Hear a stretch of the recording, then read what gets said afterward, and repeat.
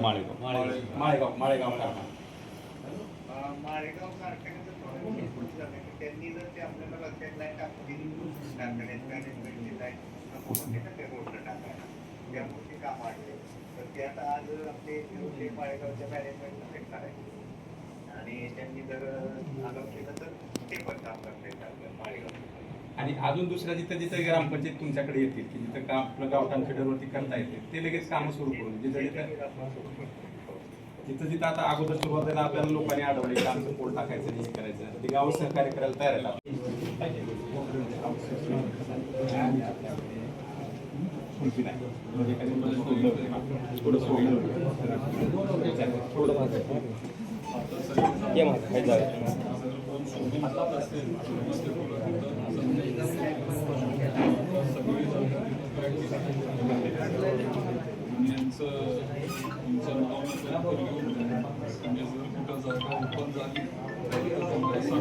Hello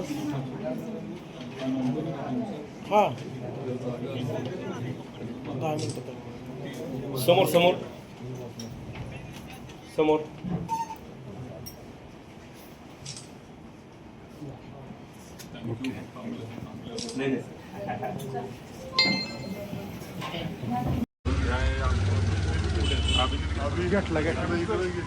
सगळ्यांचं घेत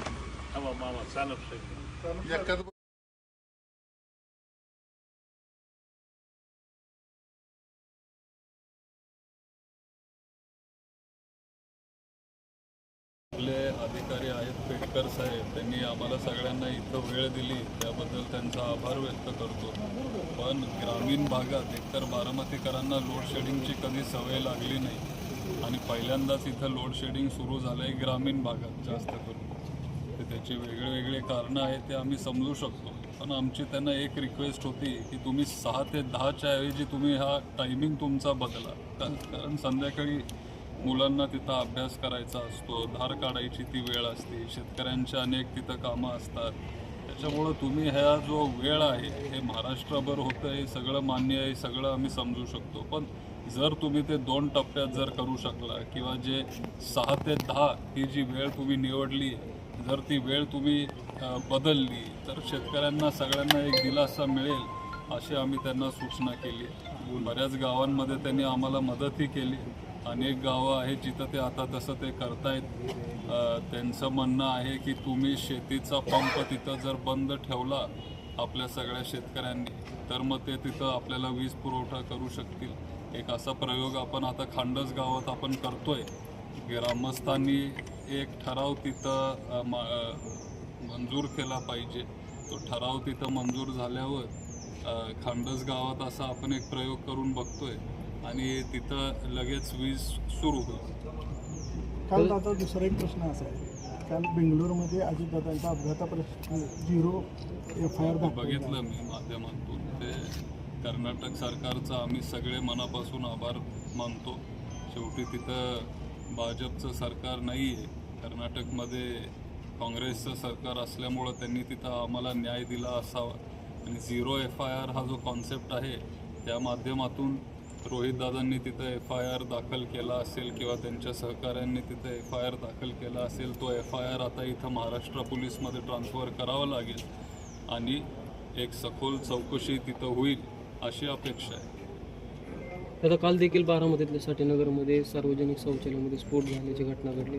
कुठेतरी नगरपालिकेनं दुर्लक्ष केल्यामुळे ही घटना घडली असं नागरिकांचा प्रश्न उपस्थित केला. नाही, आपण तिथं लगेच गेलो घटना घडल्यानंतर आणि नगरपालिकेने तिथं चुकीचं बांधकाम केल्यामुळं ते तिथं झालं आहे. 1 महिना झाला, 1.5 महिना झालं तिथं असा आवाज येत होता. गॅस टँकमधून असे बुडबुड्या वगैरे असे येत होते आणि ते सतत तक्रार करत होते. साठेनगरमध्ये सगळे गरीब गरजू लोक राहतात. तिथं लोकसंख्या 1000-1500 एवढी लोकसंख्या आहे. पण तिथं टॉयलेटची सुविधा फक्त 5 का 10च तिथं शौचालय आहेत. त्याच्यामुळं ते वाढवणं गरजेचं आहे. आणि ज्या शौचालयात आम्ही सगळे काल गेलेलो ते तिथं बघायला तिथं साधा वेंट पण नाही. तिथं वेंट जरी असता तरी तो सगळा जो गॅस तयार होत असतो तो त्या वेंटच्या माध्यमातून बाहेर गेला असता. पण तिथं चुकीचं बांधकाम झाल्यामुळं तो सगळा गॅस तिथं आतमध्ये दाबून राहिला आणि गॅस तो महिना दीड महिना तिथं दाबून राहिल्यामुळं तिथं तो तसा भयानक स्फोट झालाय। येणारा मंगळवारी आम्ही सगळे नगरपालिकेची वेळ घेणारे नगराध्यक्ष आणि आपले CEO जे आहेत त्यांची वेळ घेऊन अनेक वेगळे मुद्दे आहेत, पण हा सगळ्यात गंभीर विषय आहे आत्ता। त्यांची वेळ घेऊन आम्ही हे सगळे जे बारामती शहराचे प्रश्न आहेत त्यांच्यासमोर